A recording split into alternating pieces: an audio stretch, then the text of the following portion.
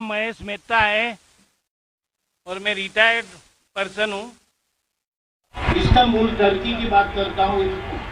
Istanbul में और top copy palace में, टॉप कापी म्यूजियम में कई चीज रखी हुई है, काबा शरीफ की और आखिरी रसूल की चीजें, फिर आखिरी रसूल के कंपेनियंस की चीजें, खलीफा जो चाह रहे उनकी चीजें और कई रसूल की चीजें हैं।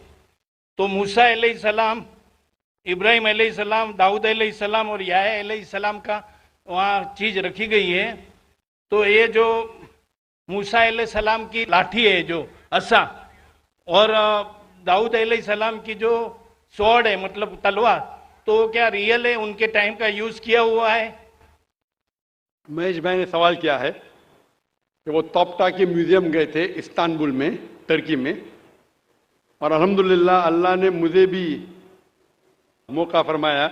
इस साल ही चंद महीने पहले फरवरी मार्च में मैं भी गया था कोप्टा की म्यूजियम में, टर्की में मुझे बुलाया गया था।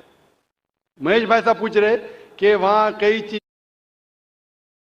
चीजें हैं अल्लाह के, मूसा अलैहिस्सलाम की, और मूसा अलैहिस्सलाम की लाठी है, क्या वो लाठी सही है? Is it original? मैंने भी वो लाठी को देखा। ये सवाल मेरे दिमाग में भी आया, ये सवाल जो आपका है मेरे दिमाग में भी आया, लेकिन जवाब मिला सही है नहीं, कोई फर्क पड़ता नहीं। लाठी सही है या गलत फर्क नहीं पड़ता है, फर्क ये पड़ता है कि अल्लाह ने जो हिदायत दी इस कुरान में वो सही है, वो महफूज है। वो लाठी से दीन जरा भी बदलेगा नहीं। हिस्टोरिकल वैल्यू हो सकती है, उसमें कई चीजें हैं, जैसा आपने कहा खुलफा राशिदीन के, हजरत अबू बकर, हजरत उमर रज़ियल्लाहु अन्हु, उनके कई चीजें, लेकिन इससे हमें कोई फर्क नहीं पड़ता। हिस्टोरिकल वैल्यू शायद जानने के लिए क्या करने पड़ेगा, क्योंकि मैं भी माशाल्लाह एक मेडिकल डॉक्टर हूं, साइंस के तालिब इल्म हूं, आपको करने पड़ेगा कार्बन डेटिंग। कार्बन डेटिंग एक टेक्नोलॉजी है C14। वो कार्बन डेटिंग से हमको पता चल सकता है कि वो चीज है वो कितनी पुरानी है। तो अगर हम कार्बन डेटिंग करते हैं उस लाठी पे और फिर पता लगता है कि वो हजारों साल पुरानी है, मूसा अलैहिस्सलाम कितने हजार साल पहले हमें पता ही नहीं। कुरान में इसका जिक्र है। बाइबल के जरिए पता चलता है कि वो तकरीबन 1400 साल ईसा अलैहिस्सलाम के पहले आए। ईसा अलैहिस्सलाम तकरीबन 2000 साल पहले आए, तो बाइबल के मुताबिक मूसा अलैहिस्सलाम 3400 साल पहले आए। लेकिन कुरान में इसका जिक्र ने कौन से दौर में आए, और अगर बाइबल का हवाला लेंगे तो साइंटिफिकली मैच होती ही नहीं। कभी फ्लड आया, कभी इजिप्ट, अनसाइंटिफिक है। तो आपको पहले कार्बन डेटिंग करने पड़ेगा उस लाठी पे। इन लोग इजाजत देंगे क्या नहीं मुझे पता नहीं। उस कार्बन डेटिंग करने के बाद आपको पता चलेगा कितने साल, लेकिन मुझे अभी भी नहीं पता एग्जैक्टली कितने साल पहले मूसा अलैहिस्सलाम आए। लेकिन एज ए हिस्टोरिकल रिकॉर्ड कोई करना चाहता कर सकता है, लेकिन मुझे एज ए मुस्लिम मेरे ईमान में कोई फर्क नहीं पड़ता है। मूसा अलैहिस्सलाम का जो जिक्र कुरान मजीद में वो सही है, और जो हिदायत जो मूसा अलैहिस्सलाम के जरिए में मिली, अल्लाह ताला जो देता है मूसा अलैहिस्सलाम के जरिए, वो मुझे पता है, उसके ऊपर अमल करना चाहिए। वो लाठी सही है क्या नहीं है, वो खुलफा राशिदीन की चीजें सही है क्या नहीं है, हमें कोई फर्क नहीं पड़ता है, और फर्क नहीं पड़ना चाहिए। हमें देखना चाहिए उनका पैगाम क्या है और उनके पैगाम पे अमल करना चाहिए। Hope the answer the question. Mic number 2 में जो भाई हैं सवाल कीजिए। My name is Rohit Gandhi. I am second year engineering of VXTC. I want to ask that is Salah is important that much that can we leave our colleges and lectures? It's possible that we have lectures and classes all the time, so we should leave that. Or my second question is, this Sunni and that Shia are not joining that in Salah, so what should be done with them? How we can improve them? Rohit भाई ने 2 सवाल पूछा है। सवाल का जवाब देने से पहले मैं ये दरख्वास्त करना चाहूँगा मेरे गैर मुसलमान भाइयों और बहनों से, आपके पास अगर कोई भी सवाल है जो पूछना चाहते हैं, चाहे इस्लाम के ताल्लुक़ हो या दीगर मज़ाहिब के ताल्लुक़ हो, हिंदुइज़्म के बारे में या क्रिश्चियनिटी के बारे में, ईसाईयत के बारे में, आप बिना झिझक यहाँ पूछ सकते हैं। हम खुली आज़ादी देते हैं हमारे गैर मुसलमान भाइयों और बहनों को कि आप जो भी सवाल पूछना चाहते हैं इस्लाम के मुताल्लिक, ये आपका सुनहरी मौका है। ایسا موقع ہمیشہ نہیں آتا. اکثر مذہبی لیکچر تقریر کے بعد کھلا سیشن نہیں ہوتا ہے جہاں آپ کوئی بھی سوال پوچھ سکتے, چاہے اسلام کے بارے میں ہو, ہندوازم کے بارے میں ہو, کرسچینٹی کے بارے میں ہو, جوڈائزم کے بارے میں ہو. آپ اگر میرے بات سے متفق نہیں ہیں پھر بھی آپ بول سکتے کہ ذاکر میں اس بات سے متفق نہیں ہوں, اور آپ پوچھ سکتے. کوشش کروں گا کہ جو بھی تھوڑا بہت علم مجھے ہے میں کوشش کروں گا آپ کی غلط فہمی دور کروں. میں نے سوال پوچھا کہ ہمارے کالج میں لیکچرز ہوتے ہیں, اور کیا ہم صلاح پڑھنے کے لیے لیکچر کو ترک کر سکتے ہیں, لیکچر کو چھوڑ سکتے ہیں؟ اور روہت بھائی نے کہا کہ وہ سیکنڈ ایئر انجینئرنگ میں ہے. میں آپ سے کہنا چاہتا ہوں کہ 20 سال پہلے میں بھی کالج میں تھا, 20 سال پہلے میں بھی کالج میں تھا, میں بھی اس دور سے گزرا. الحمدللہ ثم الحمدللہ کالج میں الحمدللہ نماز میں پڑھتا تھا. کالج میں جب آپ جاتے ہیں بریک ہوتی ہے, اور کالج کا ٹائمنگ کیا ہوتا ہے, ادھر 7 سے 1 تک ہوتا ہے, یا ہو سکتا ہے 8 سے لے کے 4 تک کے, جو بھی ٹائم ہے. لنچ بریک تو ملتا ہے. جب آپ کو لنچ بریک ملتا ہے اس بریک میں آپ لنچ کے ساتھ نماز بھی پڑھ سکتے, صلاح بھی پڑھ سکتے. ہو سکتا ہے کہ کالج کے ایسے ٹائمنگ ہو کہ آپ اگر مسجد نزدیک ہے تو مسجد میں جائیے, مسجد نزدیک نہیں ہے تو اس کالج میں اگر کچھ مسلمان بھائی ہے ان سے بھی کہیے اور جماعت بنا سکتے. لیکن صلاح چھوڑنے کی اجازت آپ کو نہیں ہے, یہ پڑھنا فرض ہے. اور بے شک وداؤٹ اینی پرابلم آپ پڑھ سکتے. آپ جا کے بوائز کامن روم میں پڑھ سکتے, گرلز کامن روم میں پڑھ سکتے. صلاح چھوڑنے کی اجازت نہیں ہے. مسجد قریب ہے تو مسجد میں جائیے, صلاح چھوڑنے کی اجازت نہیں ہے. آپ کہہ رہے تھے کہ کوئی سنی حضرات ہے, کوئی شیعہ حضرات ہے جو پیر سے پیر نہیں ملاتے. قرآن مجید میں سنی شیعہ نہیں ہے, مسلم ہے. مسلم اسے کہتے ہیں جو اپنی زندگی اللہ کے حکم اور فرمان کے مطابق بسر کرتا ہے. جو انسان اپنی زندگی اللہ کے بتائے ہوئے راستے پہ چلتا ہے اسے کہتے ہیں مسلم. تو جو آدمی نماز پڑھتا ہے, میں نے آپ سے ذکر کیا, اللہ سبحانہ تعالیٰ کم از کم 12 جگہ کہتے ہیں قرآن مجید میں اطیعوا اللہ اور اطیعوا الرسول, obey Allah and obey the messenger. سورہ نساء سورہ نمبر 4 آیت نمبر 59 اور 12 جگہ کا ذکر میں نے کیا. ہمیں اللہ اور اللہ کے رسول کی اطاعت کرنا چاہیے. اور اللہ کے رسول فرماتے ہیں کہ آپ اس طرح نماز پڑھو جس طرح آپ مجھے نماز پڑھتے ہوئے دیکھتے ہیں. یہ حدیث بخاری کی کتاب الادان کی چیپٹر نمبر 18 حدیث نمبر 604, اور پھر سے دہرایا گیا صحیح بخاری میں جلد نمبر 9 حدیث نمبر 352 352. اور اللہ کے رسول فرماتے ہیں کہ نماز کے وقت صحیح بخاری میں جلد نمبر 1 کتاب الادان چیپٹر 75 حدیث نمبر 692 کہ جب آپ نماز پڑھتے ہیں, حضرت انس فرماتے کہ ہم صحابہ کے کندھے ملتے تھے دوسرے صحابہ کے کندھے سے, ہمارے پیر ملتے تھے ہمارے صحابہ کے پیر سے. اللہ کے رسول فرماتے سنن ابو داؤد میں صحیح حدیث ہے جلد نمبر 1 کتاب الصلاح چیپٹر 245 اور حدیث نمبر 666, اللہ کے رسول فرماتے کہ بیچ میں جگہ مت چھوڑو, جگہ کو کم کرو اور شیطان کو بیچ میں مت آنے دو. اس کا مطلب ہمیں کندھے سے کندھا ملانا چاہیے. جو انسان اپنے آپ کو مسلمان کہتا ہے اور کندھے سے کندھا نہیں ملاتا ہے صلاح کے وقت, اور پیر سے پیر نہیں ملاتا ہے, وہ اللہ کے رسول کی نافرمانی کر رہا ہے, وہ صلاح صحیح طریقے سے نہیں پڑھتا ہے. تو شاید ان لوگوں کو یہ اللہ کے رسول کی حدیث کے بارے میں پتہ نہیں ہوگا. تو ہماری کوشش ہے کہ ان مسلمان کو بتائے کہ اللہ کے رسول کی حدیث ہے کہ کندھے سے کندھا ملاؤ, پیر سے پیر ملاؤ, نماز پڑھتے وقت یہ فرض ہے. ہوپ ڈانس سے کوشچن جی مائک نمبر 2 پہ. سر میرا نام پرنو نائک ہے اور میں مرچنٹ نیوی میں کام کرتا ہوں. میرا سوال یہ ہے کہ اکارڈنگ ٹو قرآن یہ کہا جاتا ہے کہ جب قیامت کا دن آئے گا تو اس وقت اللہ جب سب کو پھر سے اٹھائیں گے تو کہا جائے گا کہ اپنی قبروں سے اٹھو. تو ہم ہندوؤں کا کیا ہوگا, کیونکہ ہماری تو کوئی قبر نہیں ہوتی. بھائی صاحب کا سوال ہے کہ وہ کہتے ہیں کہ قیامت کے دن جب اللہ تعالیٰ واپس سے ہمیں دوسری زندگی دیں گے تو کہیں گے اپنے قبروں سے اٹھو. ہندو بھائی صاحب پوچھے کہ ہندو لوگ تو قبر میں دفنائے نہیں جاتے، ہندو بچے دفنائے جاتے نا، ہندو بچے ہندو مذہب میں چھوٹا بچہ ہے اس کو جلایا نہیں جاتا، اس کو دفنایا جاتا ہے. پھر بھی کئی مسلمان ہیں جو ڈوب کے مرتے ہیں، جو جل کے مرتے ہیں، ان کو بھی دفنایا نہیں جاتا ہے، جن کی ہمیں ملتی نہیں. یہ جب اللہ تعالیٰ کہیں گے کہ پھر سے ہم زندگی دیں گے، ضرور نہیں کہ آپ قبر میں سے لے آ جائیں گے. جو بھی انسان مر چکا ہے اس کو نئی زندگی دی جائیں گے. قرآن مجید میں اللہ تعالیٰ فرماتا ہے کہ اللہ اس میں جان ڈالیں گے، پھر موت دیں گے، پھر سے جان ڈالیں گے. تو اللہ جان ڈالیں گا، چاہے وہ قبر میں ہے، چاہے جلایا گیا ہے، چاہے ڈوب گیا ہے، جو بھی حالت میں ہے اللہ اس انسان میں پھر سے جان ڈالیں گے.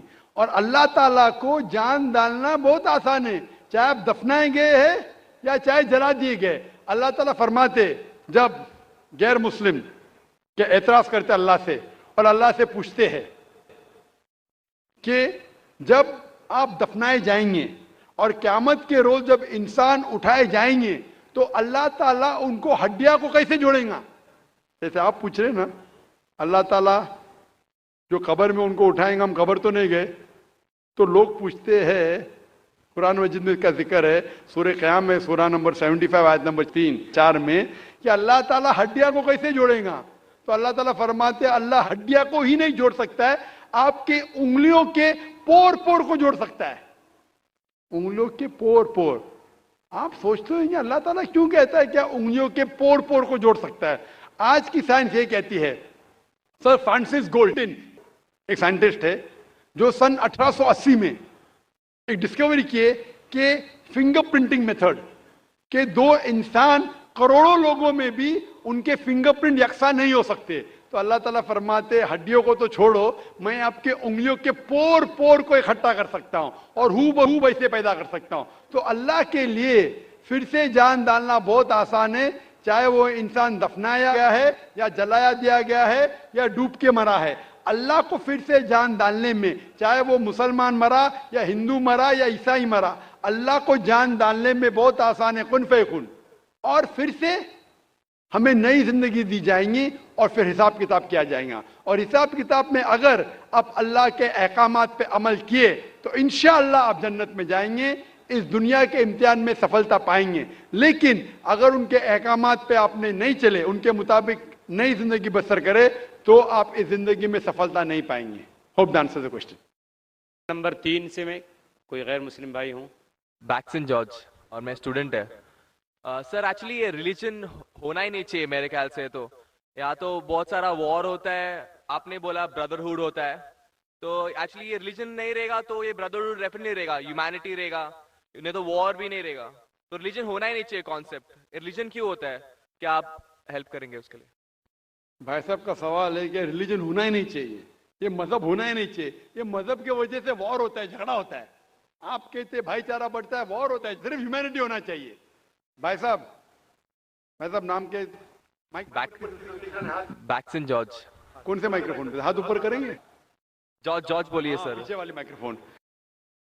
جارج بھائی صاحب سے پوچھوں گا، یہ کہتے کہ مذہب ہونے کی وجہ سے لڑائی ہو رہی. بھائی صاحب کیا میں آپ سے لڑ رہا ہوں؟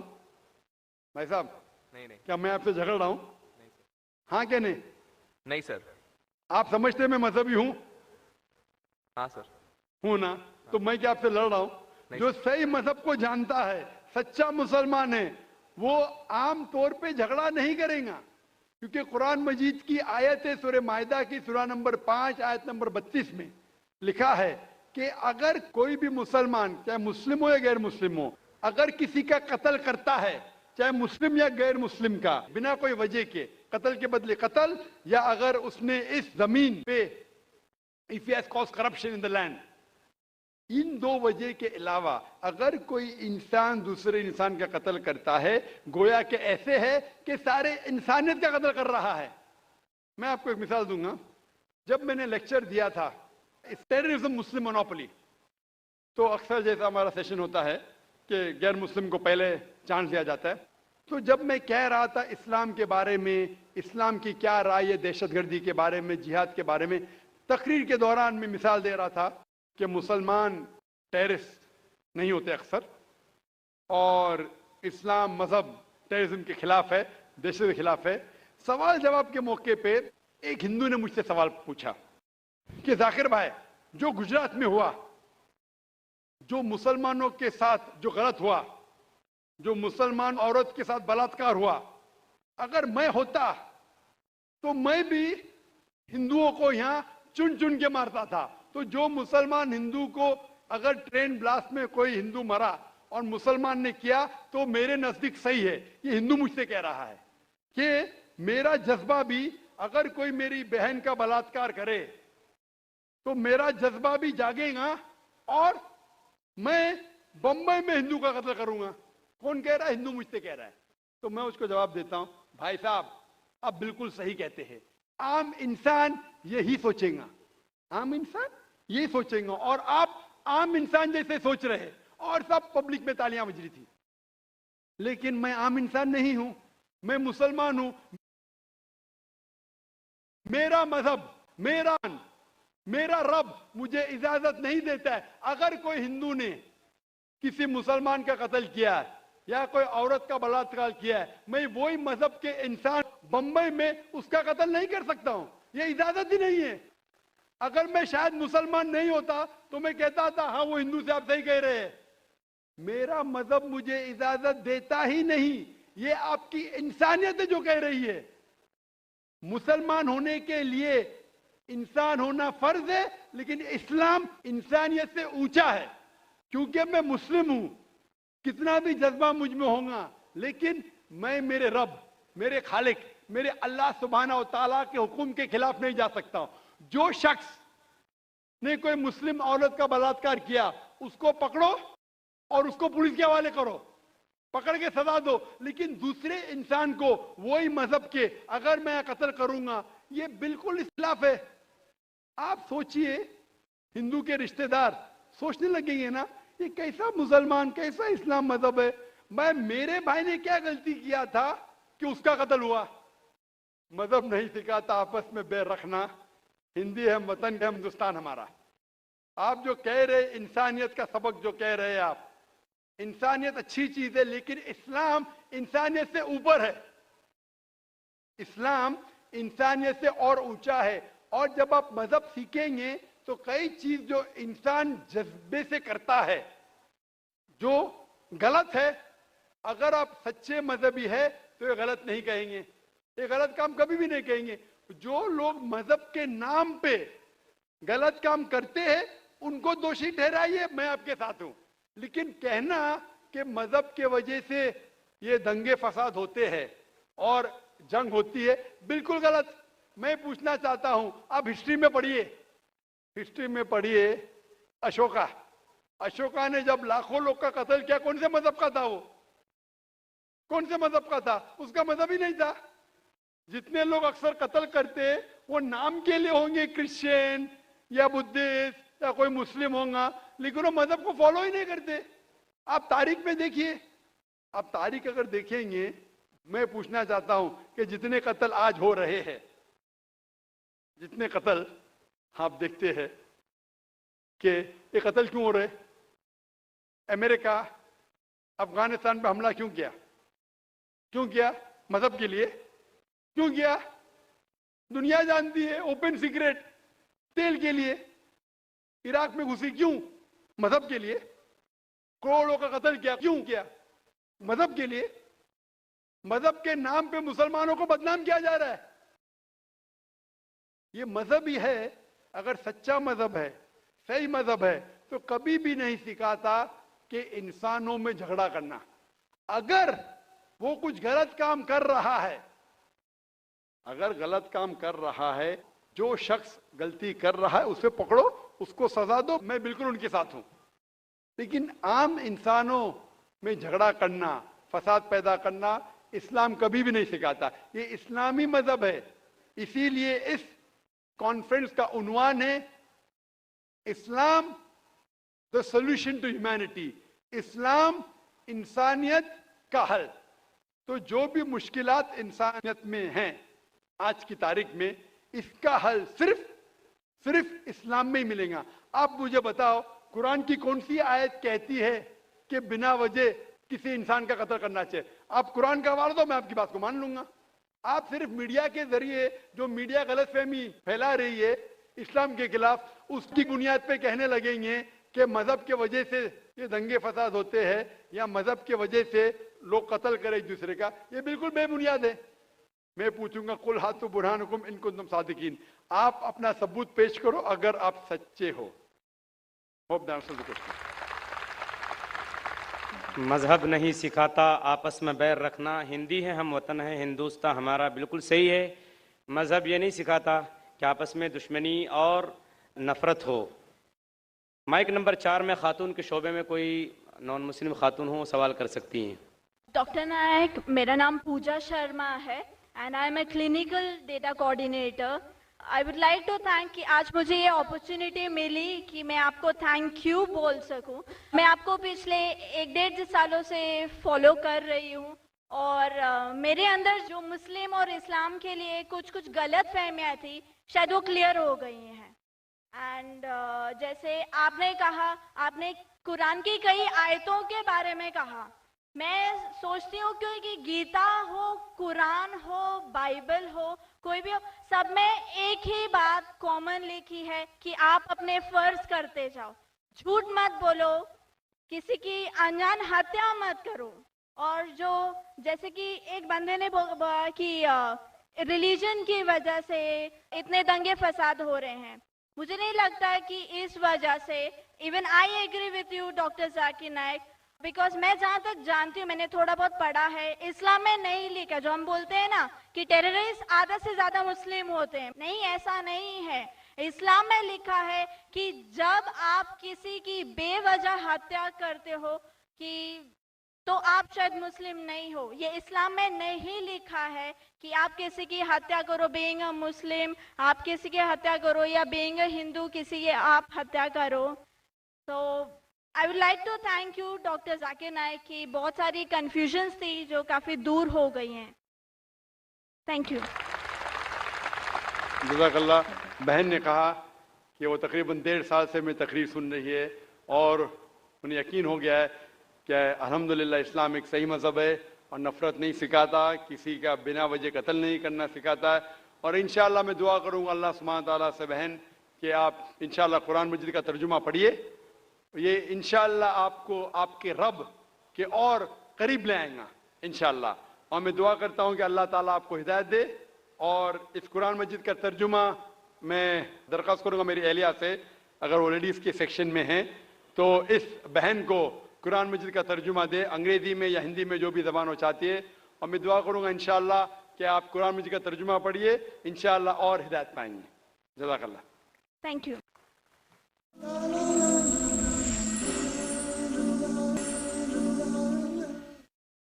مائک نمبر 2 میں کوئی غیر مسلم بھائی؟ جی ہاں۔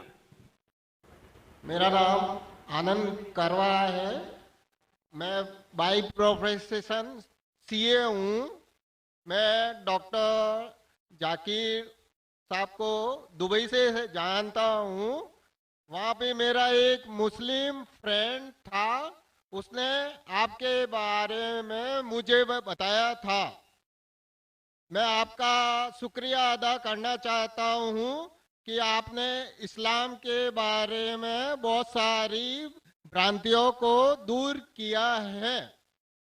میری مسلمانوں کے بارے میں جو اچھی باتیں ہیں وہ یہ ہیں کہ مسلمان لوگ زیادہ تر جھوٹ نہیں بولتے ہیں، کسی کو دھوکہ نہیں دیتے ہیں، دوسرے کا پیسہ بھی نہیں کھاتے ہیں۔ لیکن مجھے ایک بات مسلمانوں سے کہنی ہے کہ وہ لوگ گائے کا ماंس کیوں کھاتے ہیں؟ آنند بھائی نے سوال کیا، وہ کہتے ہیں کہ وہ مجھے دبئی سے جانتے ہیں ماشاءاللہ، اور کئی سالوں سے میرے تقریر سن رہے، اور وہ کہتے ہیں کہ ان کے تجربے کے حساب سے وہ سمجھتے ہیں کہ مسلمان اچھے لوگ ہیں، سچ بولتے ہیں، جھوٹ نہیں بولتے، کسی کا پیسہ نہیں کھاتے۔ لیکن ایک ان کو مسلمانوں کے بارے میں ایک چیز جو کھٹکتی ہے کہ مسلمان گائے کا گوشت کیوں کھاتے؟ वो उनका सवाल है। मैं पहले बोलना चाहता हूं भाई साहब आनंद जी कि एक मुसलमान अच्छा मुसलमान रह सकता है 100% शाकाहारी होने के बाद भी। A Muslim can be a good Muslim even by being a pure vegetarian. शुद्ध शाकाहारी होने के बाद भी एक मुसलमान 100% अच्छा मुसलमान रह सकता है। लेकिन क्योंकि अल्लाह सुब्हाना व तआला हमारा रब हमारा खालिक कुरान मजीद में अल्लाह ताला फरमाते हैं सूरह माइदा में सूरा नंबर 5 आयत नंबर 1 में अल्लाह ताला फरमाते कि आप उन 4 पायों जानवरों का गोश्त खा सकते हैं जिनकी हमने इजाजत दी है। अल्लाह ताला फरमाते सूरह नहल में सूरा नंबर 16 आयत नंबर 5 में कि आप कैटल का गोश्त खा सकते हैं। कुरान में जिक्र आता है सूरह मोमिनून में सूरा नंबर 23 आयत नंबर 21 में कि आप कैटल में से आपको मिलता है दूध, उनमें से मिलती है आपको गर्मी और आप इनका गोश्त खा सकते हैं। तो जब अल्लाह सुब्हाना व तआला हमारा खालिक हमारा मालिक कहता है कि आप गोश्त खा सकते, तो क्यों हमें नहीं खाना चाहिए? मैं आपको कोशिश करूंगा बताने के लिए कि आज की साइंस ये कहती है कि हमारे जिस्म में हमको प्रोटीन की जरूरत है, कम से कम 23 एमिनो एसिड की जरूरत है। यही 23 में से 8 एमिनो एसिड हमारे जिस्म में नहीं बनते। उसके लिए फर्ज है कि ये हमारे खाने में हमें ये अमीनो एसिड मिलना चाहिए। कोई भी शाकाहारी कोई भी भाजी पाला नहीं है जिसमें आटों के आटो अमीनो एसिड मौजूद है। फ्लैश में गोश्त में आटो अमीनो एसिड मौजूद है। इसे साइंस कहती है कंप्लीट प्रोटीन, कंप्लीट फूड। आज साइंस ये कहती है कि फ्लैश फूड में गोश्त में प्रोटीन है, नियासिन है, विटामिन B1 है, इससे सेहत अच्छी बनती है। और आज आप देखेंगे जो जानवर जो शाकाहारी होते हैं, जो सिर्फ भाजी पाला खाते हैं, भेड़, बकरी, गाय, आप देखेंगे इन जानवरों के दांत इनके चपटे हैं, उनके पास हर्बीवोरस सेट ऑफ टीथ है। ये सिर्फ भाजी पाला खाते, गोश्त खा ही नहीं सकते। जब आप देखेंगे मांसाहारी जानवर के दांत, शेर बब्बर, चीता, उनके नोकीली दांत होते हैं। ये सिर्फ गोश्त खाते हैं, भाजी पाला खा ही नहीं सकते। जब आप अपने दांत आईने में देखेंगे तो भगवान ने, ईश्वर ने, हमारे खालिक ने हमें दोनों दांत दिया है, चपटे दांत भी दिया है और नोकीले दांत भी दिया है। अगर हमारा ईश्वर चाहता था कि हम सिर्फ भाजी पाला खाए तो ये नोकीले दांत क्यों दिया? गोश्त खाने के लिए। आज की साइंस कहती है कि जो डाइजेस्टिव सिस्टम है हर्बीवोरस एनिमल का, गाय, भेड़, बकरी के, वो सिर्फ भाजी पाला डाइजेस्ट कर सकते, गोश्त को डाइजेस्ट कर ही नहीं सकते। जो डाइजेस्टिव सिस्टम कार्निवोरस एनिमल का है, चीता, शेर बब्बर, ये सिर्फ गोश्त डाइजेस्ट कर सकते, भाजी पाला नहीं। लेकिन हम इंसानों को अल्लाह ताला ने, हमारे ईश्वर ने स्मॉल इंटेस्टाइन भी दिया है, बिग इंटेस्टाइन भी दिया है। हम भाजी पाला भी डाइजेस्ट कर सकते, गोश्त भी डाइजेस्ट कर सकते। अगर हमारा ईश्वर चाहता था कि हम सिर्फ भाजी पाला खाए तो हमें ये डाइजेस्टिव सिस्टम क्यों दिया जो गोश्त को भी डाइजेस्ट कर सकता है? तो साइंटिफिकली हमारा जिस्म हमारे ईश्वर ने ऐसा बनाया है कि हम भाजी पाला भी खा सकते हैं, गोश्त भी खा सकते हैं। और बहुत लोगों को गलत फहमी है कि हिंदू मजहब में गोश्त खाने की ममानियत है। भाई आप हिंदू है ना? आपके नाम से लगता है आप हिंदू है। हिंदू है ना सर? जी हिंदू ही है। आप हिंदू है ना? हाँ बिल्कुल सही, आपके नाम से लग रहा है आनंद आपका नाम है, आप हिंदू है। आपको गलत फहमी होंगी कि हिंदू मजहब में गोश्त खाना हराम है। आप जब हिंदू मजहबी किताब पढ़ते हैं, आपके मजहबी किताब में लिखा है कि गोश्त भी खा सकते हैं, मांस भी खा सकते हैं और बीफ भी खा सकते हैं, गाय का गोश्त भी खा सकते हैं। आप जब पढ़ेंगे मनुस्मृति चैप्टर नंबर 5 अध्याय नंबर 5 श्लोका नंबर 30 में लिखा है कि अगर खाने वाले जानवर, अगर खाने वाले मखलूक उस चीज को खाती है जो खाने वाले जानवर है, तो आप कोई गुनाह नहीं कर रहे, क्योंकि ईश्वर ने कुछ मखलूक को बनाया है खाने के लिए और कुछ मखलूक को खा जाने के लिए। Some to eat and some to be eaten. तो अगर आप खाने वाले जानवर खाते हैं तो गुनाह नहीं कर रहे।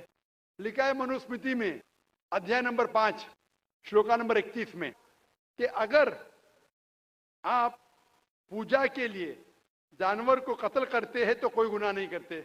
लिखा है मनुस्मृति में अध्याय नंबर 5 श्लोकान नंबर 39 और 40 में कि ईश्वर ने कुछ जानवर को बनाया है पूजा के लिए, सैक्रिफाइस के लिए। तो killing in sacrifice is not killing, तो कत्ल करना पूजा में कत्ल नहीं है। तो मनुस्मृति के मुताबिक आप गोश्त खा सकते हैं। फिर आप जब मुताला करेंगे महाभारत का, महाभारत में अनुशासन पर्व में अध्याय नंबर 88 में युधिष्ठिर, पांडव के 5 भाई थे, आपने युधिष्ठिर का नाम तो सुना होगा। युधिष्ठिर जो पांडव के 5 भाई थे, युधिष्ठिर पांडव में सबसे बड़ा भाई था। वो पूछता है भीष्म से कि हम यज्ञ में पूजा में क्या खाना दे ताकि हमारे परदादा खुश होंगे। तो भीष्म कहता है अगर हम यज्ञ में पूजा में चावल, बार्ली, सेब, भाजी पाला देंगे तो हमारे परदादा 1 महीने के लिए संतुष्ट रहेंगे। अगर हम मछली देंगे तो 2 महीने के लिए, अगर गोश्त देंगे 3 महीने के लिए, अगर खरगोश देंगे तो 4 महीने के लिए, अगर बकरी देंगे तो 5 महीने के लिए, अगर सुअर देंगे तो 6 महीने के लिए, अगर परिंदा देंगे तो 7 महीने के लिए, अगर हिरन देंगे तो 8 महीने के लिए, अगर बैल देंगे तो 11 महीने के लिए, अगर गाय देंगे तो पूरे 1 साल के लिए हमारे परदादा संतुष्ट रहेंगे। 1 साल। क्या दूध की बात कर रहे हैं सर? आप बफेलो देंगे, बफेलो तो 12 साल के लिए, अगर राइनोसरस देंगे या रेड मीट, लाल गोश्त, तो हमारे परदादा हमेशा के लिए संतुष्ट रहेंगे। पूरा मेन्यू है महाभारत में, हिंदू किताब में पूरा मेन्यू है। क्या चाहते हैं? भाजी पाला, मछली, गोश्त, खरगोश, हिरन, बीफ, बड़े का छोटे का सब है। आप अगर वेद पढ़ेंगे, वेद में भी लिखा है कि संत और साधु गोश्त खाते थे, गाय का गोश्त भी खाते थे। फिर आप क्यों कहते हैं कि गोश्त खाना हराम है? क्योंकि बहुत से हिंदू लोग बाकी मज़ाहिब से प्रसन्न हुए। मजहब से प्रसन्न होने के बाद कुछ मजहब मानते अहिंसा में, और वो समझते हैं कि जानवर को कत्ल करना गुनाह है। क्यों? क्योंकि जानवर में जान है, बाजी पाला में जान नहीं है, पेड़ पौधों में जान नहीं, इसलिए बाजी पाला खाना गलत नहीं है, लेकिन जानवर खाना गलत है।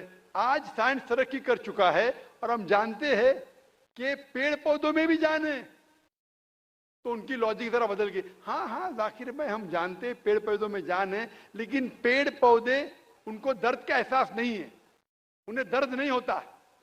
पेड़ पौधों को दर्द नहीं होता है और जानवर को दर्द होता है, इसीलिए जानवर खाना बड़ा गुनाह है, पेड़ पौधे खाना कम गुनाह है।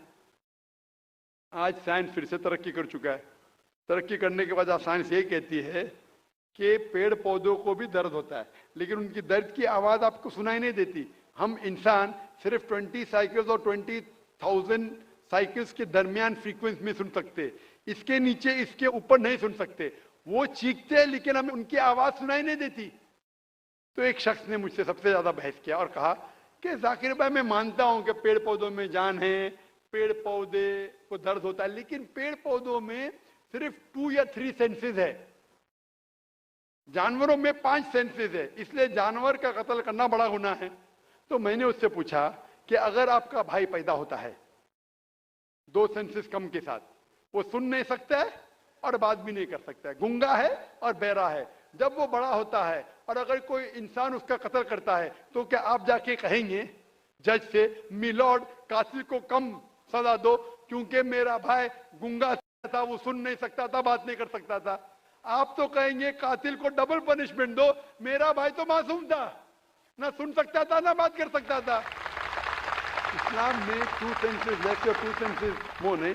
इस्लाम में अल्लाह ताला फरमाते सूरह बकरा में सूरह नंबर 2 आयत नंबर 168 में 168 में, eat of the good things which Allah has provided you, जो अच्छी चीज आपको आपके अल्लाह ने दिए उसको आप खा सकते हैं। تو آپ اگر مطالعہ کریں گے مذہبی کتابوں کا اور سائنس کا، گوشت کھانا کوئی غلط نہیں ہے، اور مجھے خصوصاً کوئی گلا شکوہ نہیں اگر غیر مسلم، اگر ہندو گوشت نہیں کھاتے، مجھے کوئی گلا شکوہ نہیں، کیونکہ اگر سب ہندوستانی گوشت کھانے لگیں گے تو ہندوستان میں گوشت کا بھاؤ بڑھ جائے گا۔ آج مہنگائی کا زمانہ ہے، پیٹرول کا بھاؤ بڑھ رہا ہے، سب ہندوستانی گوشت کھانے لگیں گے تو گوشت کا بھاؤ بھی بڑھ جائے گا۔ تو مجھے کوئی گلا شکوہ نہیں آپ اگر گوشت نہیں کھاتے، لیکن اگر آپ یہ کہیں گے کہ گوشت کھانا غلط ہے تو آپ کو آپ کی مذہبی کتابوں کے بارے میں نہیں پتا ہے اور سائنس کا بھی نہیں پتا ہے۔ اگر آپ کہیں گے کسی کی جان نہیں لینا چاہیے تو آپ 2 منٹ بھی جی نہیں سکتے۔ ہم جو سانس لے رہے ہیں یہ جرمز ہے، جرمز میں بھی جان ہے، آپ سانس لینے سے ان کا قتل کر رہے تو آپ جی نہیں سکیں گے۔ اسلام میں یہ ہے کہ جو چیز کی اجازت ہے وہ آپ کھا سکتے، جو حرام ہے اس کو نہیں کھانا چاہیے۔ Hope that answers the question.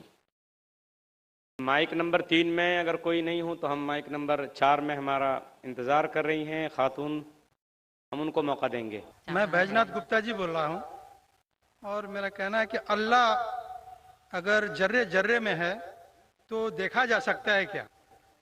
بھائی صاحب نے کہا کہ اگر اللہ ہر جگہ ہر ذرے ذرے میں موجود ہے تو کیا دیکھا جا سکتا ہے؟ یہ ہندو فلسفی ہے کہ اللہ ہر ذرے ذرے میں موجود ہے۔ قرآن کے مطابق اللہ کی طاقت، اللہ کا علم سب جگہ موجود ہے، اللہ لیکن عرش پہ بیٹھے ہیں۔ تو یہ کہنا اللہ سب جگہ موجود ہے یہ اسلام کی تعلیم میں نہیں ہے، یہ ہندو کی تعلیم میں ہے۔ کیا آپ اللہ کو دیکھ سکتے؟ نہیں، انسان اس دنیا میں اس زندگی میں اللہ کو دیکھ ہی نہیں سکتے۔ اور اس کی مثال پیش ہے قرآن مجید میں، جب موسیٰ علیہ السلام اللہ سبحانہ وتعالیٰ فرماتے کیا میں آپ کو دیکھ سکتا ہوں، تو اللہ تعالیٰ کہتے ان سے کہ اس پہاڑ کو دیکھو، میں میری جھلک اس پہاڑ کو دکھاؤں گا اور اب دیکھو کیا ہوتا ہے۔ تو اس پہاڑ کو جب اللہ تعالیٰ صرف جھلک دکھاتے ہیں تو موسیٰ علیہ السلام اس پہاڑ کو دیکھ کے بے ہوش ہو جاتے۔ اللہ کو تو دیکھا نہیں، انہوں نے صرف پہاڑ کو دیکھ کے بے ہوش ہو جاتے ہیں۔ تو انسان اس زندگی میں اللہ سبحانہ و تعالیٰ کو نہیں دیکھ سکتا ہے۔ انشاءاللہ اگلے زندگی میں انشاءاللہ جب ہم جنت میں جائیں گے وہاں انشاءاللہ ہم اللہ کا وجہ دیکھیں گے۔ یہ کئی حدیث میں اس کا ذکر ہے کہ ہم اللہ کا چہرہ دیکھیں گے۔ اسی لیے ہم کوشش کرتے ہیں کہ اللہ کے احکامات پہ عمل کرے، اس دنیا کے امتحان میں سفلتا پائے، انشاءاللہ جنت میں جائیں گے اور وہاں اللہ کا وجہ دیکھیں گے، اللہ کا چہرہ دیکھیں گے۔ Hope that answers the question. جی مائک نمبر 4 میں جو خاتون ہے سوال کر سکتی ہیں۔ میرا نام رامیشوری شاہو ہے۔ میرے لڑکے نے اسلام دھرم اپنا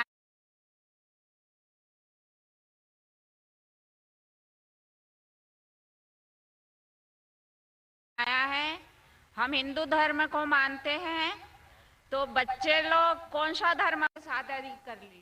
آپ کے بیٹے نے اسلام دھرم اپنا لیے ہے، اپنا لیا ہے، تو آپ کا سوال کیا ہے ابھی؟ تو بچے لوگ کون سا دھرم مانیں گے؟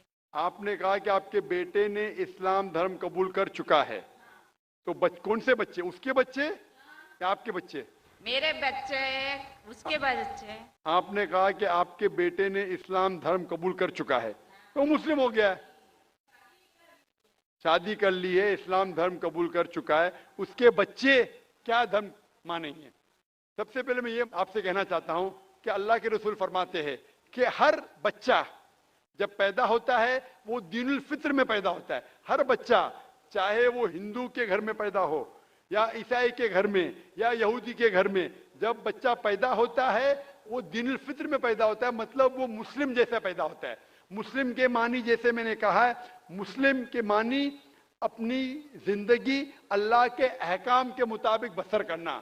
تو جب بچہ پیدا ہوتا ہے اس کی ساری خواہش اللہ کے مطابق ہے۔ تو ہر بچہ جب پیدا ہوتا ہے، چاہے مسلمان کے گھر میں پیدا ہو، چاہے ہندو کے گھر میں پیدا ہو، چاہے عیسائی کے گھر میں پیدا ہو، چاہے یہود کے گھر میں پیدا ہو، وہ پیدا ہوتا ہے مسلم جیسا، وہ مسلم ہوتا ہے۔ اس کے بعد اللہ کے رسول فرماتے کہ اپنے والدین کے ذریعے، اپنے ٹیچر کے ذریعے، اپنے دوستوں کے ذریعے ہو سکتا ہے وہ شرک کرنے لگے، وہ آگ کی عبادت کرنے لگے، اس وقت وہ غیر مسلم ہوتا ہے۔ اسی لیے اگر کوئی غیر مسلم بنتا ہے، convert is a wrong word, convert کہنا غلط لفظ ہے، कन्वर्ट मतलब एक तरीके से दूसरे तरीके जाना। सही लफ्ज है रिवर्ट। रिवर्ट मतलब वो असल में मुसलमान था, फिर गैर मुस्लिम बना, फिर से मुसलमान बना। इस्लामिक तालीमात के मुताबिक हर इंसान जब पैदा होता है मुस्लिम पैदा होता है। आपने कहा कि आपके बेटे ने इस्लाम कबूल कर चुका है, शादी कर चुका है, बच्चा क्या है? बच्चा मुस्लिम होगा। वो अलग बात है अगर उस बच्चे पे कोई दबाव है या कोई गलत हिदायत दी जाएंगी, हो सकता है वो बुत परस्ती करने लगे, हो सकता है वो आग की इबादत करने लगे, फिर वो मुस्लिम से गैर मुस्लिम होगा। हर बच्चा जो पैदा होता है वो मुस्लिम पैदा होता है, अल्लाह के अहकामात के ऊपर अमल करता है, उसके बाद बड़े होने के बाद दूसरे के इन्फ्लुएंस की वजह से शायद वो गलत रास्ते पे जा सकता है, लेकिन हर बच्चा पैदा होता है मुस्लिम जैसा। Hope the answer the question. Mic number 5 में अगर कोई खातून हूँ गैर मुस्लिम तो सवाल करें, नहीं तो माइक नंबर 1 में एक गैर मुस्लिम भाई हमारा इंतजार कर रहे हैं। जी ठीक है, माइक नंबर 2 से सवाल कर लीजिए। Namaste, my name is Pratik Sriranga Barge and I am student of 11th standard and I am in Swami Vivekananda College, Chembur.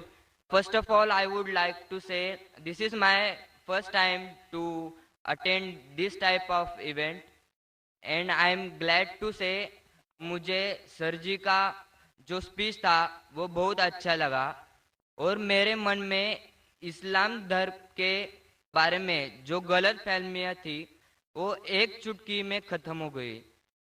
और मेरा पहला सवाल सर जी से ये है कि भगवान और अल्लाह एक ही है, और मेरा दूसरा सवाल ये है कि अगर पहले एक सवाल का जवाब ये कर लीजिए फिर इंशाल्लाह दूसरा सवाल करें। भाई साहब ने कहा कि वो पहली बार ऐसे मजमे में मौजूद है और बहुत खुश है, एक चुटकी में उसके सारे गलत फहमियाँ इस्लाम की दूर हो गई। अल्हम्दुलिल्लाह, अल्लाह ताला आपको हिदायत दे। और उसका सवाल है कि क्या भगवान और अल्लाह एक ही है? इस सवाल के दो रुख हो सकते हैं, दो रुख। आप कॉमर किधर लगाते वो इंपॉर्टेंट है। अल्लाह और भगवान एक है? हाँ एक है, एक ही है, दो तो नहीं है। अगर कहेंगे कि अल्लाह और भगवान यकसा है तो सवाल दूसरा रुख ले लेता है। इसका जवाब अगर आप पूछना चाहते हैं कि अल्लाह और भगवान एक है तो बेशक एक है। अगर आप पूछना चाहते हैं जो अल्लाह और भगवान, जो हिंदू लोग जो भगवान में मानते हैं और मुसलमान जो अल्लाह में मानते वो एक है, तो मेरा जवाब इसमें ये कि अगर आप सही तरीके से हिंदू धर्म की किताबों का मुताला करेंगे और सही तरीके से इस्लाम धर्म की किताब का मुताला करेंगे तो दोनों यकसा है, वही है। लेकिन अगर जो मजहब के धर्म अधिकारी है उनकी बात सुनेंगे जो किताबों के हवाले से दूर है, किताब के पैगाम से दूर है, तो हो सकता है आपको गलत राय मिलेंगी। जैसे मैंने फरमाया था मेरे तकरीर में कि कुरान में लिखा है सूरह इखलास में सूरह नंबर 112 आयत नंबर 1 में कुल हुवल्लाहु अहद, कहो कि अल्लाह एक है।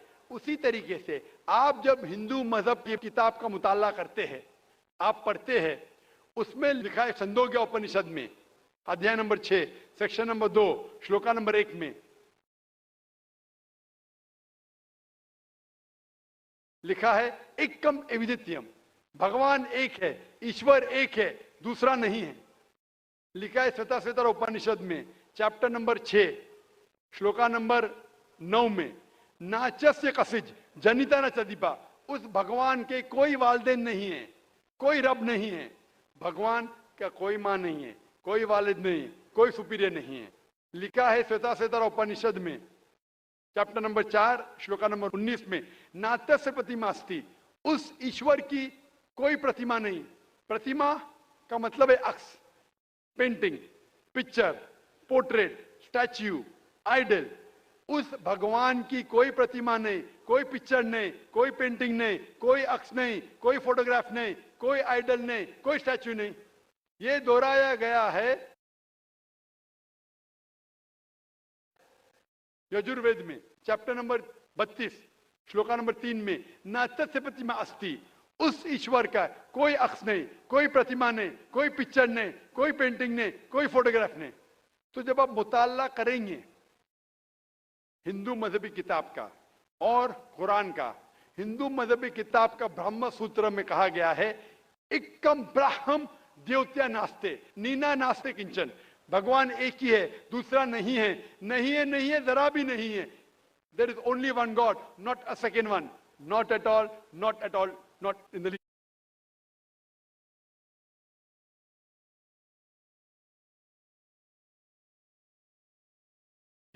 तो खालिक, मालिक, ईश्वर, भगवान, अल्लाह का कोई अक्स नहीं, कोई पेंटिंग नहीं, कोई मूर्ति नहीं, कोई फोटोग्राफ नहीं. हमें सिर्फ उस अकेले ईश्वर अल्लाह की इबादत करना चाहिए.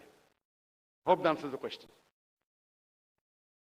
मैं इंतहाई अदब के साथ अपने मुसलमान भाइयों और बहनों से गुजारिश करता हूं कि देखिए, आप और हम सब मेज़बान की हैसियत रखते हैं, और जितने हमारे गैर मुस्लिम भाई आए हैं, जितनी गैर मुस्लिम बहनें आई हैं, वो हमारे लिए मेहमान की हैसियत रखते हैं.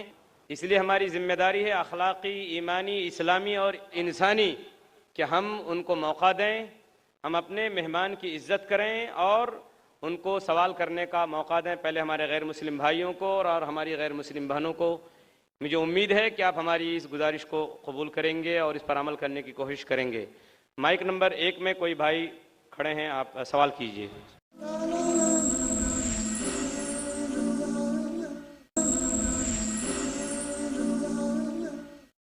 इस्लाम कहता है कि एक ही बार आदमी पैदा होता है, एक ही बार मरता है और बाद में क़यामत होती है. लेकिन आप देखिएगा दुनिया में कि कोई बेरा मुका मतलब डेफ एंड डम्ब होता है पैदा होते ही, ब्लाइंड होता है, हैंडीकैप होता है, जिसका पैर भी नहीं रहता है.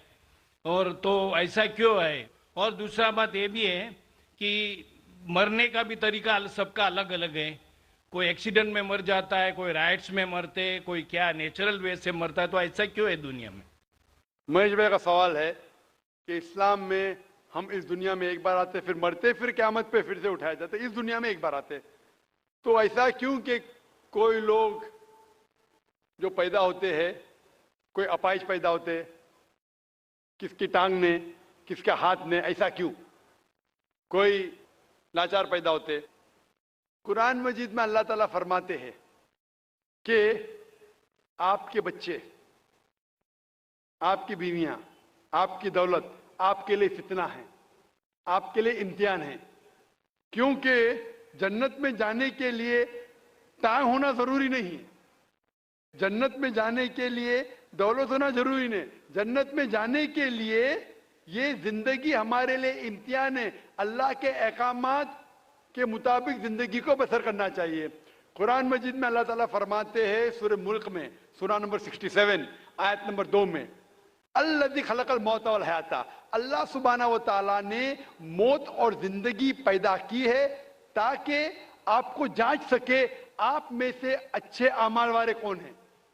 तो ये जिंदगी हमारे लिए एक इम्तिहान है. आपका अच्छा सवाल था कि क्यों कुछ इंसान पैदा होते अपाहिज, कोई बीमार, कोई अच्छे सेहतमंद, क्यों? इसकी वजह है कि जब आप एग्जामिनेशन में बैठते हैं, हर साल एग्जामिनेशन पेपर बदलता है क्या नहीं?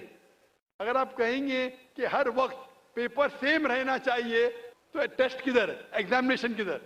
तो अल्लाह ताला कहता है कि जिस तरीके से आपको जो नियामत दी उस तरीके से एग्जामिनेशन अल्लाह ताला उस पेपर को परखेगा. मिसाल के तौर पे अगर एग्जामिनेशन पेपर आसान है तो टीचर उसको स्ट्रिक्ट तरीके से जांचता है. अगर पेपर मुश्किल है तो एग्जामिनर उसको आसानी से जांचता है. तो उसी तरीके से अल्लाह ताला फरमाते कुरान मजीद में, आपके बच्चे, आपकी फैमिली, आपकी दौलत आपके लिए फितना है, एक टेस्ट है. अल्लाह ताला टेस्ट कर रहा है उस बच्चे के वालिदैन का. देखना चाहता है कि अगर बच्चे को पैदा करते अपाहिज, या बच्चा जब पैदा होता है दिल की बीमारी के साथ, वो देखना चाहता है कि फिर भी उसके वालिदैन अल्लाह पे ईमान लाते क्या नहीं. और जितना डिफिकल्ट टेस्ट उतना बड़ा रिवॉर्ड. आप अगर एक आम बीए ग्रेजुएशन पास करते हैं तो आपका नाम महेश है, वो मिस्टर महेश ही रहेगा, बदलेगा नहीं. लेकिन मेडिकल एग्जामिनेशन पास करते एमबीबीएस, पास करने के बाद आपके नाम के आगे लग जाएगा डॉक्टर, क्योंकि मेडिकल एग्जामिनेशन पास करना मुश्किल है. मुश्किल एग्जामिनेशन पास करते रिवॉर्ड भी ज्यादा है. तो अल्लाह ताला अलग लोग को डिफरेंट डिफरेंट एग्जामिनेशन में डालता है. किसी को दौलत देता है, किसी को गरीब बनाता है. जब दौलत देता है वो देखना चाहता है कि दौलत के बाद ये इंसान ज़कात दे रहा है कि नहीं, खैरात कर रहा है कि नहीं. वो गरीब इंसान को ज़कात में 100% मार्क्स मिल चुके, गरीब इंसान को ज़कात ही नहीं देने का। हम बोलते अरे बेचारा गरीब है, उसको 100% मार्क्स मिल गए। ज़कात में गरीब को 100 में से 100 मिलता है। वो अमीर है जो शायद थोड़ी ज़कात देगा तो उसको 100 में से शायद 10 मार्क्स मिले, बराबर ज़कात देगा तो ज़्यादा मार्क्स मिलेंगे। वो गरीब को ज़कात के टेस्ट में 100 में से 100 मिलता है, उसको ज़कात देने की जरूरत ही नहीं, लेकिन उसको शायद दूसरा टेस्ट होगा, उसको टेस्ट होगा। वो गरीब इंसान एक रूम में हो सकता है 10 लोग रह रहे, वो हिजाब कैसा करता है, बराबर से हिजाब कर रहा है कि नहीं, वो टेस्ट है।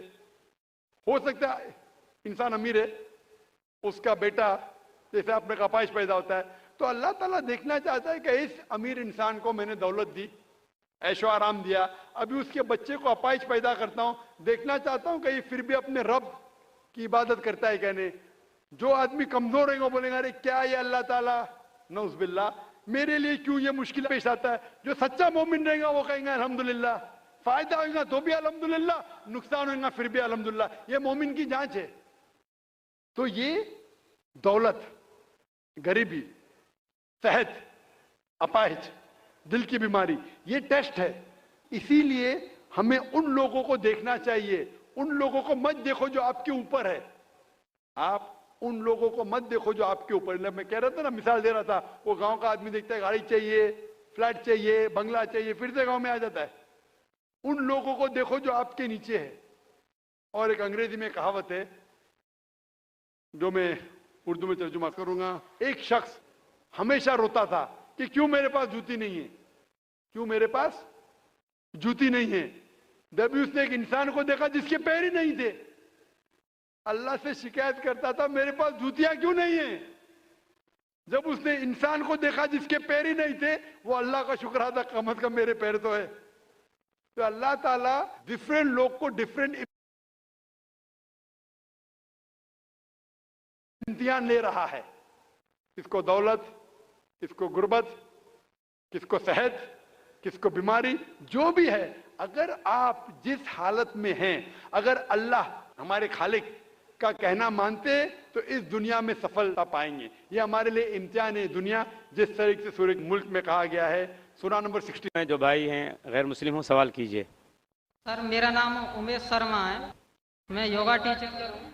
पहला सवाल मेरा ये है कि आपने बताया था कि नमाज पढ़ते समय जैसे हम सजदा करते हैं, उस सजदे की स्थिति में जैसे माइग्रेन पेन और स्टमक प्रॉब्लम, सियाटिका, सर्वाइकल, नी की प्रॉब्लम, इनमें ब्लड का सर्कुलेशन होता है, वो मैं मानता हूँ।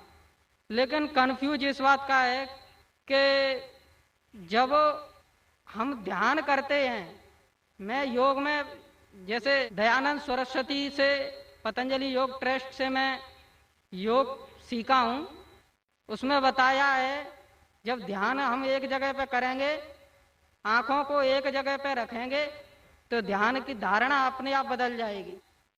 ध्यान धारणा समाधि।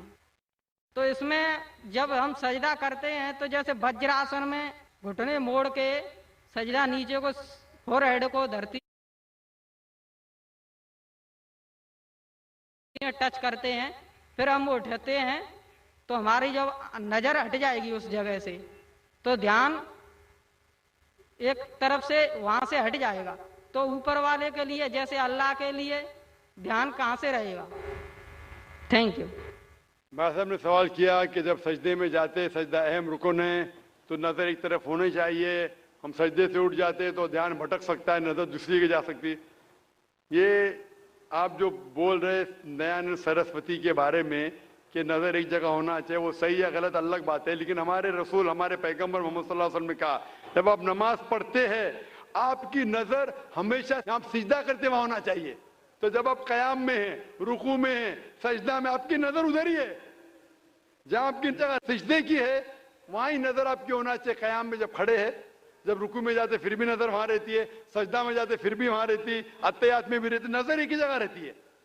लेकिन सिर्फ नजर से काम नहीं चलता, नजर के अलावा हमारा ध्यान, हमारा जहन, जो हम अल्लाह, हमारे ईश्वर, हमारे मालिक, हमारे खालिक के पैगाम کے اوپر دھیان دے رہے, اس کے اوپر عمل کر رہے, تو ہمیں ہدایت ملیں گی.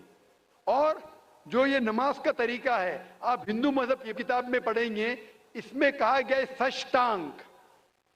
سشٹانک مطلب جسم کے 8 انگوں پہ. سشٹانک جو ہندو مذہب میں کرتے ہیں, جسے عام زبان میں کہا دنڈ نمسکار بھی کہتے ہیں, لیکن سشٹانک مطلب صحیح مطلب ہے کہ 8 انگ آپ کے جسم کے لگے ہوتے ہیں زمین پہ. 8 ماتھا, ناک, 2 ہاتھ, 2 گھٹنے اور 2 پیر. 8. ہمارے حدیث میں آتا ہے 7. ناک اور ماتھے کو ایک لیتے, 2 ہاتھ, 2 پیر, لیکن ہو بہو وہی ہے. تو جو سجدہ جو اہم صلاح کا رکن ہے وہ ہندو مذہب میں بھی ہے.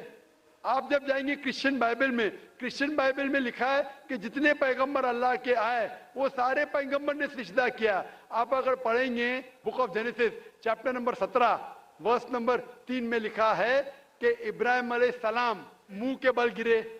لکھا ہے بک آف نمبرز میں چیپٹر نمبر 20 ورس نمبر 6 میں کیا موسیٰ علیہ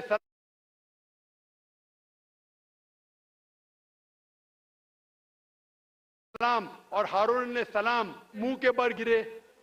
لکھا ہے بک آف جوشوا میں چیپٹر نمبر 5 ورس نمبر 14 میں کہ جوشوا نے اپنے منہ کے بل گرے اور عبادت کی.